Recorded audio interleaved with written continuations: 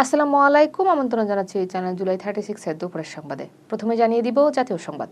অমর একুশে ও আন্তর্জাতিক মাতৃভাষা দিবস আজ। 1947 সালে পাকিস্তান প্রতিষ্ঠার পর উর্দুকে একমাত্র রাষ্ট্রভাষা করার সিদ্ধান্তের বিরুদ্ধে শুরু হয় ভাষা আন্দোলন।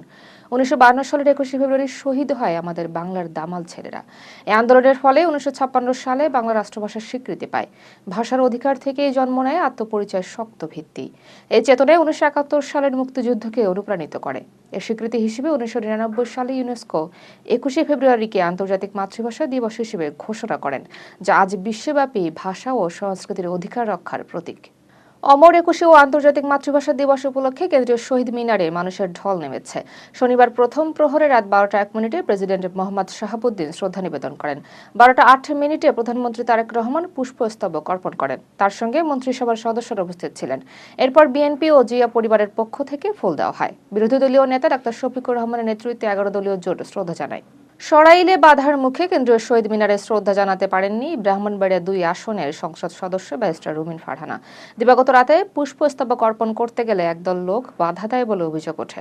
এ ঘটনার প্রতিবাদে তার সমর্থকেরা ঢাকা সিলেট মহাসড়ক অবরোধ করলে দীর্ঘ যানজটের সৃষ্টি হয়।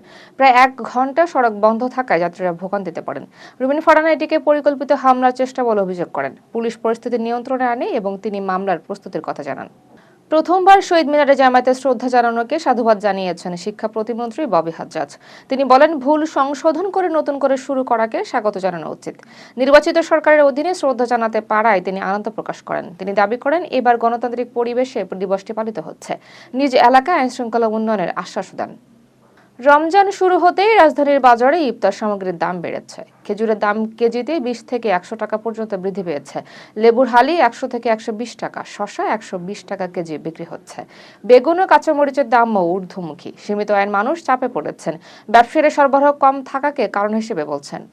ঢাকা বিশ্ববিদ্যালয় শাখা ছাত্র ইউনিয়নের সভাপতি মেঘমাল্লার বসু আত্মহত্যার চেষ্টা করেছেন। 20টি ঘুমের ওষুধ সেবন করে তাকে হাসপাতালে ভর্তি করা হয়। বর্তমানে সোহরাওয়ার্দী মেডিকেল কলেজ হাসপাতালে চিকিৎসাধীন রয়েছেন। চিকিৎসকের মতে তার অবস্থা স্থিতিশীল। কি কারণে এই চেষ্টা তা জানা যায়নি। এর আগেও তিনি 2বার আত্মহত্যার চেষ্টা করেছিলেন। কক্সবাজার সীমান্তে ইয়াবা নিয়ন্ত্রণ নতুন স্বরাষ্ট্রমন্ত্রীর জন্য বড় চ্যালেঞ্জ হয়ে উঠেছে। টেকনাফ পুখিয়া সীমান্ত দিয়ে নিয়মিত ইয়াবা ঢুকছে।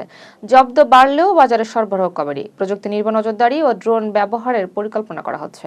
রোহিঙ্গা ক্যাম্প ও নৌপথে নজরদারি বাড়ানো হবে। যৌথ টাস্ক ফোর্স গঠনের চিন্তাও চলছে। মৌলভীবাজারে শ্রীমঙ্গলে সিএনজি ও পিকআপের সংঘর্ষে 3 জন নিহত হয়েছেন। দুর্ঘটনাটি ভৈরব বাজার এলাকায় ঘটে। ঘটনাস্থলে সিএনজি চালক মারা যান। 2 যাত্রী হাসপাতালে নেওয়ার পথে মারা যান। নিহতদের মরদেহ সদর হাসপাতালের মর্গে রাখা হয়েছে। দুর্ঘটনার কারণ খতিয়ে দেখা হচ্ছে। সাংবাদিক মাসুদ কামাল বলেন, বিএনপি ব্ল্যাকমেইলিং এর শিকার হয়েছে। তার দাবি, সংস্কারের নামে মব তৈরি করে চাপ সৃষ্টি করা হয়েছে।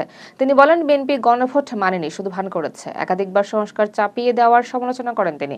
ডক্টর ইউনূসের ভূমিকাও প্রশ্নবিদ্ধ করেন। ভিডিওটা সামাজিক যোগাযোগ মাধ্যমে আলোচনার জন্ম নিয়েছে। দর্শক, এখন জানিয়ে দিব আন্তর্জাতিক সংবাদ। বাংলাদেশের নতুন সরকারের সঙ্গে কাজ করতে আগ্রহ প্রকাশ করেছে ভারত। নির্বাচনের পর প্রধানমন্ত্রী তারেক রহমানকে অভিনন্দন জানিয়েছেন নরেন্দ্র মোদী। লোকসভার স্পিকার ওম বিড়লা শপথ অনুষ্ঠানে উপস্থিত ছিলেন। দ্বিপক্ষীয় বৈঠকও অনুষ্ঠিত হয়। ভারত বহুমুখী সম্পর্ক জোরদারের অঙ্গীকার পুনর্ব্যক্ত করেছে। ভিসা সহ সব বিষয়ে আলোচনা হবে বলে জানানো হয়। ইরানকে ঘিরে মধ্যপ্রাচ্য সামরিক উত্তেজনা বাড়ছে। জর্দানে যুক্তরাষ্ট্রের ঘাঁটিতে 60টির বেশি যুদ্ধবিমান মোতায়েন করা হচ্ছে। F-35 স্টেলথ জেট ও ড্রোন দেখা গেছে। 68টি কার্গো বিমানে সরঞ্জাম আনা হচ্ছে। বিশ্লেষকরা এটিকে ইরানের প্রতি কড়া বার্তা মনে করছেন। ট্রাম্প সীমিত হামলার ইঙ্গিত দিয়েছেন। ট্রাম্পের পাল্টা শুল্ককে অবৈধ ঘোষণা করেছেন যুক্তরাষ্ট্রের সুপ্রিম কোর্ট। 9 বিচারপতির মধ্যে 6 জন রায়ের পক্ষে মত দেন। এর ফলে বাংলাদেশের উপর 19% শুল্ক বাতিল হয়েছে। তবে ট্রাম্প নতুন করে 10% শুল্ক আরোপের ঘোষণা দিয়েছেন। রপ্তানি খাতে অনিশ্চয়তা তৈরি হয়েছে। বিশ্ব বাণিজ্যে অস্থিরতা বাড়ছে। যুক্তরাজ্যের সাবেক যুবরাজ প্রিন্স অ্যান্ড্রু 12 ঘন্টা আটক থাকার পর মুক্তি পেয়েছেন। অ্যাবস্টাইন কেলেঙ্কারি নিয়ে তাকে জিজ্ঞাসাবাদ করা হয়। পুলিশ তার বাসভবন তল্লাশি চালায়। তদন্ত এখনও চলমান রয়েছে। বিশেষজ্ঞরা মনে করছেন, মামলা আদালত পর্যন্ত গড়াতে পারে। ঘটনাটি ব্রিটিশ রাজ পরিবারের আলোড়ন তুলেছে। আফগানিস্তানে 5.8 মাত্রার শক্তিশালী ভূমিকম্প আঘাত হেনেছে। কম্পন অনুভূত হয়েছে পাকিস্তানের বিভিন্ন অঞ্চলেও। কেন্দ্রস্থল ছিল হিন্দুকুশ এলাকায়।